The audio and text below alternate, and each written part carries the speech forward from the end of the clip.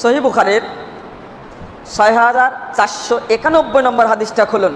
আল্লাহ নবী সাল্লাল্লাহু আলাইহি সাল্লাম বলছেন যে মান হাম্মা বি আমালিন ফায়ামালুহা, কেউ যদি কোনো আমল করার ইচ্ছা করে আর আমলটি করে ফেলে, আমল করার ইচ্ছা করলো আমলটি করে ফেললো, ফাকাতাবাল্লাহু আশরা হাসানাত ইলা সাবিমিয়াতি দিরফিন, আল্লাহ রাব্বুল আলামিন ওই নেকিকে 10 থেকে 700 পর্যন্ত লিপিবদ্ধ করেন। এরপরে বলছেন আল্লাহু ইউদাইফু মান ইয়াশা, আল্লাহ চাইলে এই 700কে আরো দ্বিগুণ করে দেন। এরপরের বাক্যটা হলো আযআফান কাসীরা, এই দ্বিগুণকে আল্লাহ অসংখ্য গুণে গুণান্বিত করেন। আপনি যদি শুধু বিসমিল্লাহ শব্দটি উল্লেখ করেন তবুও রহমত, আপনি যদি শুধু বিসমিল্লাহ শব্দটি উল্লেখ করেন তবুও রহমত।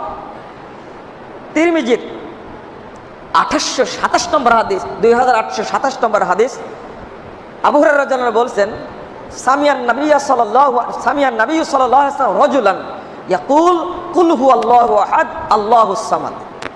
আল্লাহ রাসূল শুনলেন একজন ব্যক্তি পাশ থেকে পড়ছে কুল হুয়াল্লাহু আহাদ আল্লাহুস সামাদ, শুধু এই দুইটা। তো দেখেননি কে পড়ছে, দেখেননি আল্লাহ রাসূল, শুধু শুনলেন। আল্লাহ রাসূল বললেন ওয়াজাবাত, তার জন্য ওয়াজিব হয়ে গেছে। তো ক্বালু মা ওয়াজাবাত ইয়া রাসূলুল্লাহ, সাহাবীরা জিজ্ঞেস করলেন আল্লাহ রাসূল কি ওয়াজিব হয়ে গেল? ওই যে কে যেন বললো কুল হুয়াল্লাহু আহাদ আল্লাহুস সামাদ, বললো না কেউ, ওয়াজাবাত লাহুল জান্নাহ, তার জন্য জান্নাত ওয়াজিব হয়ে গেছে। একটি আয়াত, মাত্র একটি দুইটি আয়াত পড়ার পরে আল্লাহ রাসূল সাল্লাল্লাহু আলাইহি সাল্লাম তার জন্য বলছেন ওই ব্যক্তির জন্য জান্নাত ওয়াজিব হয়ে গেছে।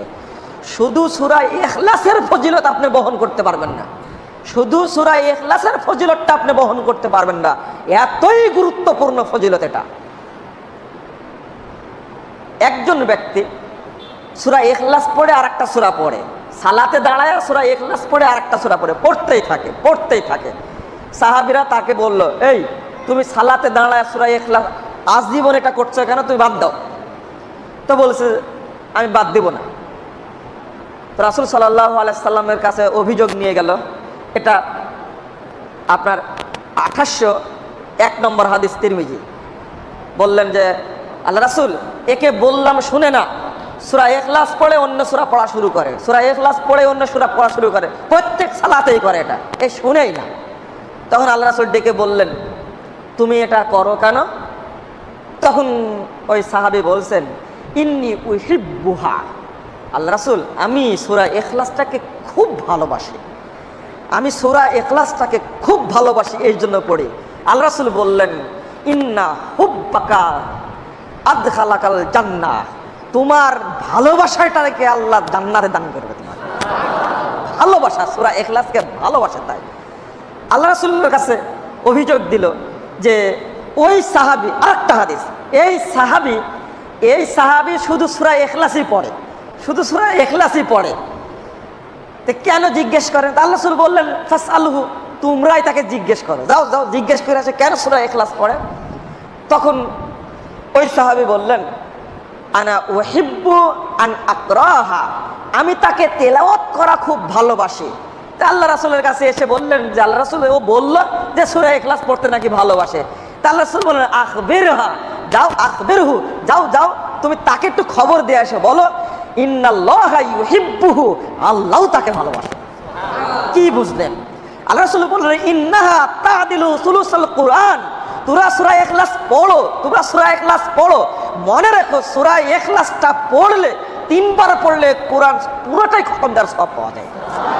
আমি আপনাকে কিভাবে বুঝাবো যে সূরা ইখলাসের মর্যাদা কত?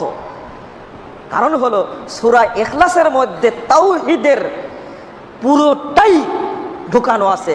কুল হুয়াল্লাহু আহাদ আল্লাহুস সামাদ লাম ইয়ালিদ ওয়া লাম ইউলাদ ওয়া লাম ইয়াকুল লাহু কুফুয়ান আহাদ, পুরো সূরাটাই তাওহীদে পরিপূর্ণ, একেবারে পুরোটাই পরিপূর্ণ। আপনি তো কোরআন তেলাওয়াত